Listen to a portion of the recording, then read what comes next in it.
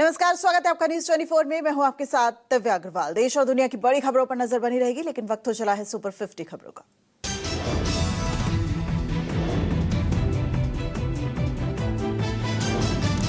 दिल्ली में यूथ कांग्रेस अध्यक्ष और कार्यकर्ताओं की गिरफ्तारी को लेकर विरोध प्रदर्शन। कांग्रेस कार्यालय पर जुटे हजारों समर्थक, पुलिस और सरकार के खिलाफ जताया विरोध। ट्रेड डील और टैरिफ मुद्दे पर चढ़ा राजस्थान का सियासी पारा। कांग्रेस विधायकों ने सरकार के खिलाफ बोला हल्ला, विधानसभा तक किया पैदल मार्च, जमकर की नारेबाजी। अजित पवार प्लेन क्रैश मामले में एफआईआर दर्ज कराने बारामती पुलिस स्टेशन पहुंचे रोहित पवार। वीएसआर के खिलाफ केस दर्ज कराने पहुंचे अजित पवार के भतीजे रोहित पवार। बिहार से घुसपैठियों पर अमित शाह का हमला, कहा बंगाल में भी बीजेपी की सरकार बनने जा रही है, हम हर जगह से घुसपैठियों को बाहर करेंगे, घुसपैठियों को चुन चुनकर बाहर निकालेंगे। सुप्रीम कोर्ट ने विवादित चैप्टर वाली किताब को किया बैन, साथ ही एनसीईआरटी डायरेक्टर शिक्षा सचिव को कारण बताओ नोटिस जारी किया, कहा अवमानना केस क्यों न हो दर्ज। कांग्रेस सीनियर नेता जयराम रमेश ने ट्वीट किया, कहा एनसीईआरटी के आलोचनात्मक उल्लेखों पर सुप्रीम कोर्ट का आक्रोश जायज है। पिछले एक दशक में एनसीईआरटी की पाठ्यपुस्तकों का दोबारा लिखा जाना शर्मनाक है। एनसीईआरटी किताब विवाद में सुप्रीम कोर्ट की फटकार लगाते हुए कहा, हम सिर्फ माफी पर नहीं जाने दे सकते, हमें पता करना है कि इसके पीछे कौन है। जब तक संतुष्ट नहीं, सुनवाई जारी रहेगी। डीएनपीए कॉन्क्लेव में बोले केंद्रीय मंत्री अश्विनी वैष्णव, कहा प्लेटफॉर्म्स को कंटेंट की जिम्मेदारी लेनी ही होगी, एआई जनरेटेड सामग्री में शामिल व्यक्तियों की सहमति अनिवार्य हो। अभी मुक्तेश्वरानंद की अग्रिम जमानत याचिका पर इलाहाबाद हाईकोर्ट से सुनवाई कल। जस्टिस जितेंद्र कुमार सिन्हा की बेंच सुनवाई करेगी। पॉक्सो एक्ट के तहत मामला दर्ज होने के बाद दाखिल की है याचिका। पीएम मोदी को इजरायली संसद का सर्वोच्च सम्मान, प्रधानमंत्री नेतन्याहू ने बताया एशिया का शेर। दोनों नेताओं के बीच अहम रक्षा समझौतों पर होंगे हस्ताक्षर। भारत दौरे पर मुंबई पहुंचेंगे कनाडा के PM mark Carney. PM Modi के इजरायल से लौटने के बाद दिल्ली में होगी दोनों नेताओं की मुलाकात, कई अहम मुद्दों पर होगी चर्चा। कोलकाता रूबी पासपोर्ट ऑफिस सहित कई केंद्रीय कार्यालयों को आरडीएक्स से उड़ाने की धमकी मिली है। कार्यालय को खाली कराया गया। बम निरोधक दस्ते ने चलाया सर्च ऑपरेशन। केरलम के कन्नूर में राहुल गांधी पेरावूर में किसान सम्मेलन में हुए शामिल, कहा किसान की सुरक्षा सम्मान से ही भारत होगा सफल। राहुल ने सरकार को यूएस ट्रेड डील पर घेरा। बीजेपी ने नेहरू को बताया कॉम्प्रोमाइज्ड पीएम। संबित पात्रा ने कहा पंचशील समझौते में नेहरू ने चीन को तिब्बत गिफ्ट किया।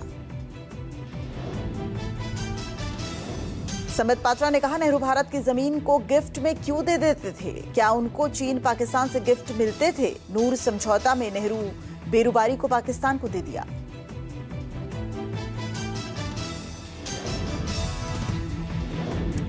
बीजेपी अध्यक्ष नितिन नबीन के साथ पवन सिंह की हुई मुलाकात। राज्यसभा सीट को लेकर बोले पवन सिंह, कहा सिपाही हूं, जो मालिक चाहेगा वही होगा।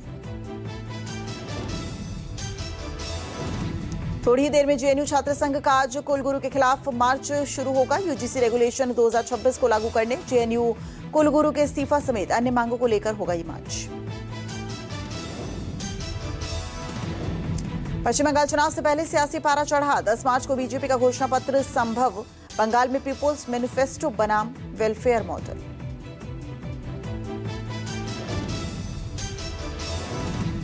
शंकराचार्य को लेकर संजय निषाद ने अखिलेश यादव के बयान पर पलटवार किया है, कहा उनकी सरकार ने तो लाठीचार्ज कराया था, आज सत्ता से बाहर हैं तो बकवास कर रहे हैं।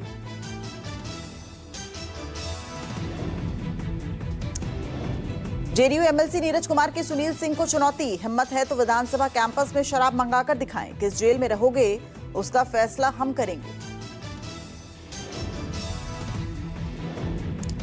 एआईएमआईएम के बिहार अध्यक्ष और विधायक अख्तरुल ईमान का बयान, कहा आंतरिक सुरक्षा गृह मंत्री की जिम्मेदारी। बीजेपी के कुछ लोग कहते हैं कि सीमांचल में बांग्लादेश है।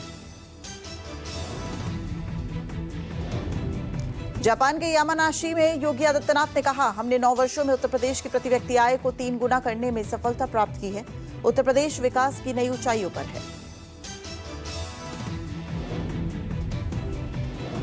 दिल्ली में अगले महीने अंतर्राष्ट्रीय सिनेमा और संस्कृति के बड़े उत्सव की मेजबानी करने जा रहा है। 25 से 31 मार्च में होगा पहला इंटरनेशनल फिल्म फेस्टिवल। कल सीएम रेखा गुप्ता ने लोगो लॉन्च किया। बसपा प्रमुख मायावती ने समाजवादी पार्टी पर दलित, ओबीसी और बहुजन विरोधी होने का आरोप लगाया है। कहा, सपा का चाल चरित्र हमेशा से बीएसपी और बहुजन महापुरुषों के सम्मान के खिलाफ रहा।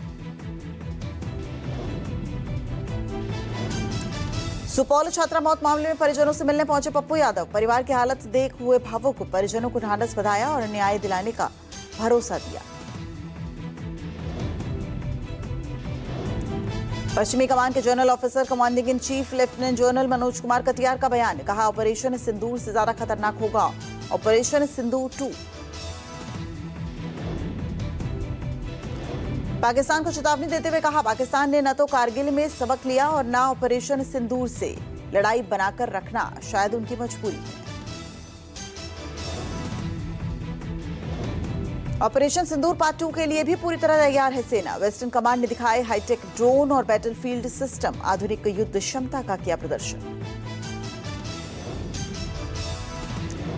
एमपी के शहडोल में ऑनलाइन गेम की लत बनी त्रासदी। कर्ज के दबाव में पिता ने परिवार संग पिया जहर। बेटी की मौत, मां आईसीयू में जिंदगी और मौत की लड़ाई लड़ रही है।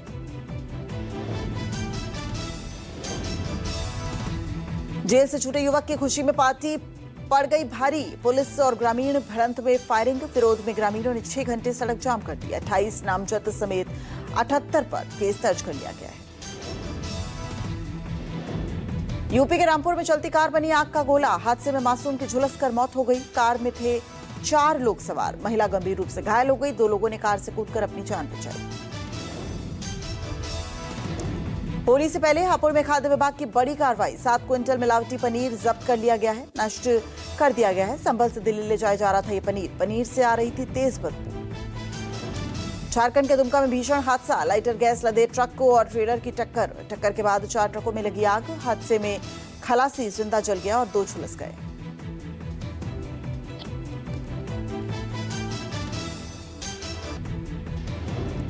छत्तीसगढ़ के बीजापुर में माओवादियों के खिलाफ सुरक्षा बलों की ज्वाइंट टीम का ऑपरेशन। जवानों और माओवादियों के बीच हुई मुठभेड़। मौके से 2 वर्दीधारी माओवादियों के शव बरामद। पंजाब के गुरदासपुर में 2 पुलिसकर्मियों की गोली मारकर हत्या के बाद अलर्ट पर जम्मू कश्मीर में सुरक्षा एजेंसियां। लखनपुर और नगरी इलाके में सुरक्षा व्यवस्था चाक चौबंद। हरिद्वार के कनखल में फेरी वाले को धर्म पूछकर क्षेत्र से भगाया। युवक ने खुद को हिंदुवादी संगठन का नेता बताकर फेरी वाले को धमकी दी। वीडियो वायरल हुआ। यूपी के बरेली में पुलिस और बदमाशों के बीच मुठभेड़। बदमाश के पैर में गोली लगने से घायल हो गया। बदमाश के पास से 3 लाख कैश और 2 तमंचा और 1 मोटरसाइकिल बरामद हुई। यूपी के हापुड़ में बांग्लादेशी महिला महमूदा खातून और उसके पति के खिलाफ दर्ज हुआ है मुकदमा। बांग्लादेशी खातून ने स्थानीय युवक से शादी कर भारतीय दस्तावेज हासिल कर लिए थे। राजस्थान के जोधपुर में 1 साल में चोरियों का शतक लग गया। एम्स के बाहर कार से 3.25 लाख रुपए चुराने वाले 2 शातिर गिरफ्तार कर लिए गए। मोबाइल, ईयरबड, चार्जर, जेवर और कई बैग बरामद किए गए। लखनऊ के दुबग्गा में चाय की दुकान पर खूनी संघर्ष। मामूली कहासुनी के बाद जमकर चले लाठी डंडे। बेखौफ दबंगों ने एक युवक को धारदार हथियारों से पीटा। लहूलुहान युवक की हालत बताई जा रही है गंभीर। इधर कार्रवाई न होने से नाराज लोगों ने थाने का घेराव किया है। मारपीट को पुरानी रंजिश का बताया जा रहा है मामला।